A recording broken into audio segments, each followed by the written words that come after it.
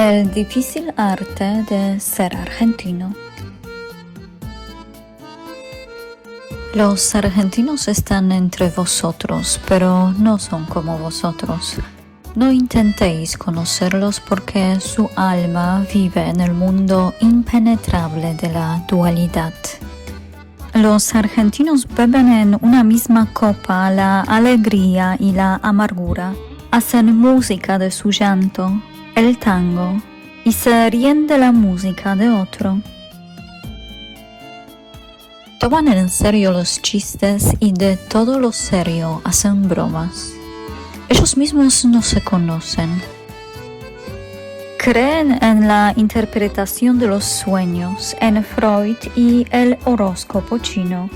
Visitan al médico y también al curandero, todo al mismo tiempo. Tratan a Dios como el barba y se mofan de los ritos religiosos. Aunque los presidentes no se pierden un Te Deum en la catedral. No renuncian a sus ilusiones, ni aprenden de sus desilusiones. No discutáis con ellos jamás. Los argentinos nacen con sabiduría, saben y opinan de todo. En una mesa de café y en programas de periodistas o políticos arreglan todo. Cuando los argentinos viajan, todo lo comparan con Buenos Aires. Hermanos, ellos son el pueblo elegido por ellos mismos. Individualmente se caracterizan por su simpatía y su inteligencia. En grupo son insoportables por su griterío y apasionamiento. Cada uno es un genio y los genios no se llevan bien entre ellos. Por eso es fácil reunirlos, pero unirlos imposible. Un argentino es capaz de lograr todo en el mundo, menos el aplauso de otro argentino. No le habléis de lógica. La lógica implica razonamiento y mesura. Los argentinos son hiperbólicos y desmesurados.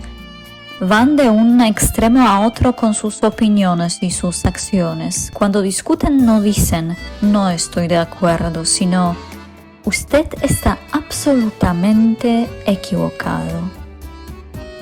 Aman tanto la contradicción que llaman bárbara a una mujer linda.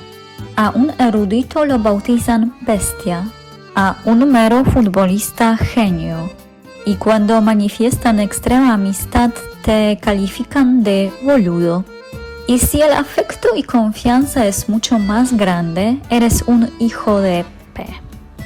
Cuando alguien les pide un favor no dicen simplemente sí, sino ¿cómo no? Son el único pueblo del mundo que comienza sus frases con la palabra no. Cuando alguien les agradece dicen no de nada o no con una sonrisa.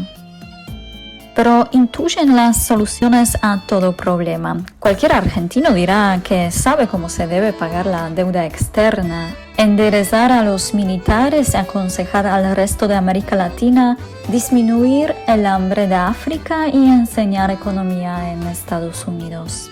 Los argentinos tienen metáforas para referirse a lo común con palabras extrañas.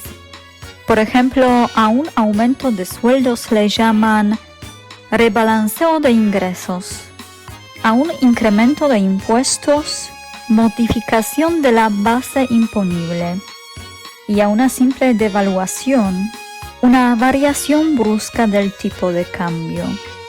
Un plan económico es siempre un plan de ajuste, y a una operación financiera de especulación la denominan bicicleta. Viven, como dijo Ortega y Gasset, una permanente disociación entre la imagen que tienen de sí mismos y la realidad. Tienen un altísimo número de psicólogos y psiquiatras y se ufanan de estar siempre al tanto de la última terapia. Tienen un tremendo superego, pero no se lo mencionen, porque se desestabilizan y entran en crisis. Tienen un espantoso temor al ridículo. pero se describen a sí mismos como liberados. Son prejuiciosos, pero creen ser amplios, generosos y tolerantes. En definitiva, los argentinos son italianos que hablan en español, pretenden sueldos como norteamericanos y vivir como ingleses, dicen discursos franceses y votan como senegaleses, piensan como zurdos y viven como burgueses. Alaban el emprendimiento canadiense y tienen una organización boliviana. Admiran el orden suizo y practican un desorden tunecino. En fin, los argentinos son un misterio.